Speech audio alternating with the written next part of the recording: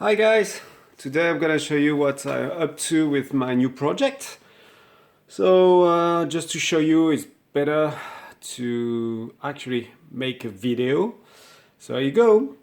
So on my screen on my computer you can see two parts. On the left this is the HTML page which uses JavaScript, and this page is sending and receiving message from the Raspberry attached to my large format camera.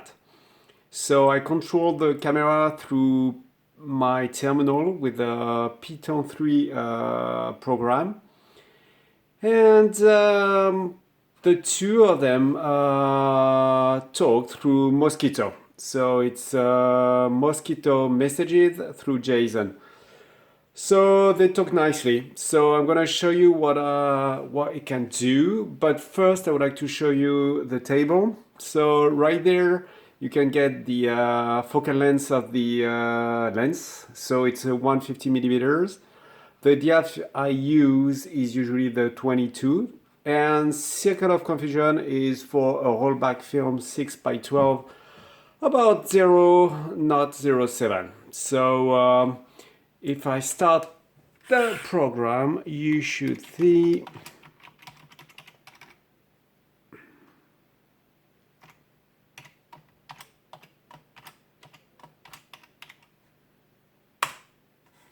there you go. So the program right there just asks if the boogie on the large format camera is on the right position. Actually it is, so I say okay. You can't see it, but don't worry, it is. So see, as soon as I start up the Python, there is a message sent to the HTML page at the timestamp. So you can see the focal length right there, the depth in use, the aperture actually in use, and circle of confusion.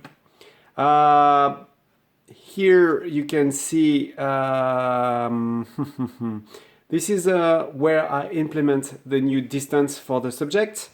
And this is the new extension bellow, and this is where the boogie should be on my camera. So this is just physical measures. This is not an instance, so don't worry about it.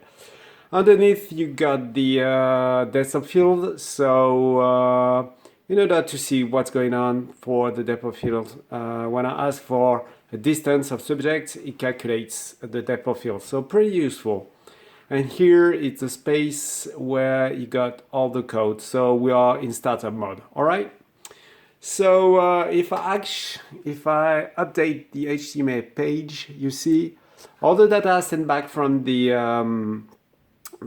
camera with the Raspberry, and you say, okay, this is the status of the camera. So anytime if I close the HTML page and I open it again, there won't be any problem at all, because the camera with the Python code with the Raspberry is the master. It knows the status for everything. So you send a message. You can see underneath the message sent and the message received. So here you go.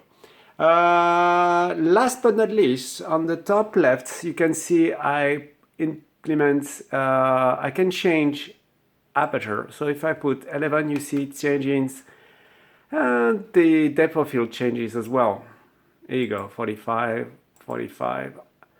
So it's pretty neat and it's pretty useful. Sure, when you're doing large format photography, it's pretty useful to get all this data right at end. I can switch between centimeters and meters. So if I switch to meters, all the measures in terms of distance switch to meters. If I want it back in centimeters, there you go, it is. So it's pretty simple. So for startup, I always put 8,000 centimeters distance startup. It's just a number I like, so don't worry about it. So 8,000 centimeters is about 80 meters. In terms of large photography, it's more or less like infinity, so it's no problem. So if I want to go, let's say, to 600 centimeters, I just send the order to the Raspberry, and there you go. So as you can see, he has estimated the new bellow extension. So for 150 millimeters, that makes 153.85 millimeters, something like that. And I put 600, and the light distance is now 600 centimeters. And I got the new depth of field with the new aperture. So if I want to go back, I'd say, oh, my subject is now 800 centimeters. I put it back, and there you go, it will move. And they say, oh, it's done. So, for instance, if I'm really close up, like 40 centimeters, for instance, if I press send, there you go. So on the right side, you can see all the data. It's not pretty useful. It's just data I'm sending to check if everything is in order. So don't worry much about this.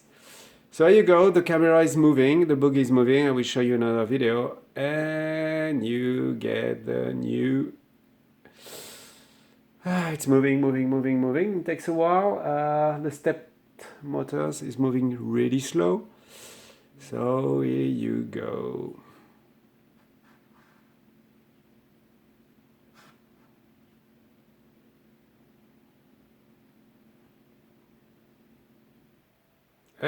That's it. So 40 centimeter subject, the bellow extension is 159, hang on, it's about 240 millimeters, so 150 plus 90. And you can see I got a depth of field about 6 millimeters, and it's pretty tight. Anyway, so that's how it works. So I will show you next time. Thanks for following me. Bye bye.